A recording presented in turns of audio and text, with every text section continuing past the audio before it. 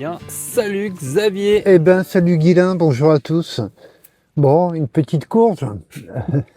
Du coup, pour ce. Tu parles de qui? Ouais. Mais j'aime bien cette courge-là parce qu'elle me rappelle que je parle trop vite. Et donc que je réagis trop rapidement à des commentaires qui sont exacts, mais en partie seulement.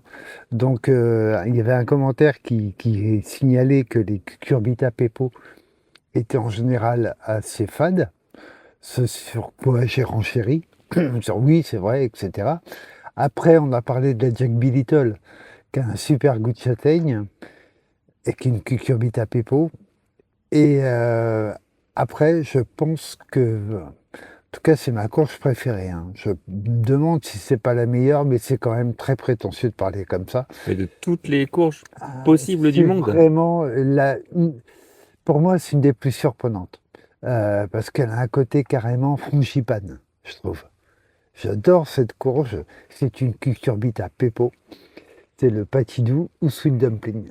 Donc voilà, Euh, un goût absolument extraordinaire. D'ailleurs, il y en a un à qui ça n'a pas échappé. Donc j'en profite pour vous montrer. Numéro 3, hein, quand même. Attention, on progresse. On avance, on avance, on Et avance. trois numéros, hein. Ouais, mais mine de rien. De la binette déchaînée. Ouais. Donc, dans la binette déchaînée, on a un conseiller technique. Jardinier lunatique. Voilà.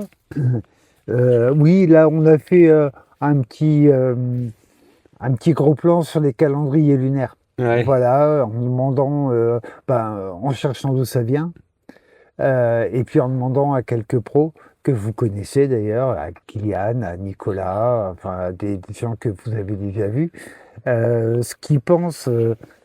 Ce qu'ils pensent de ce calendrier, est-ce qu'eux-mêmes le suivent, etc. Donc voilà, on a fait un travail sur la Lune et son histoire, en fait. Et, et pour la binette déchaînée, on a un conseiller technique spécial cuisine qui s'appelle Guilain le Vilain, et donc qui n'est pas que vidéaste, qui est aussi jardinier et gourmet. Et donc, c'est toi qui, pour ce numéro, a donné ta recette du patidou. Alors ma Alors, recette, c'est comme ça que je le mange. oui, une façon de consommer. Voilà. Ouais, parce que recette, c'est un peu ambitieux Oui. quand même.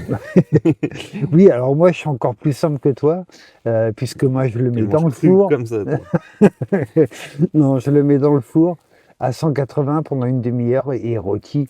Et après, voilà, après je coupe le chapeau, j'enlève les graines et je me régale de sa chair absolument incroyable. Toi, tu donnes une recette plus courageuse où il faut le couper cru, Ah, hein. il faut l'éplucher. Ouais. Ouais. Et donc là, voilà, ça nous prouve que tu as de très bons couteaux. Oui. Mais voilà, si vous avez envie d'avoir plus d'infos sur la façon dont Guilain prépare les patidous, ben voilà, numéro 3 de la binette déchaînée. Je vois pas comment les gens vont pouvoir se retenir Ah bah, d'acquérir. le suspense est insoutenable.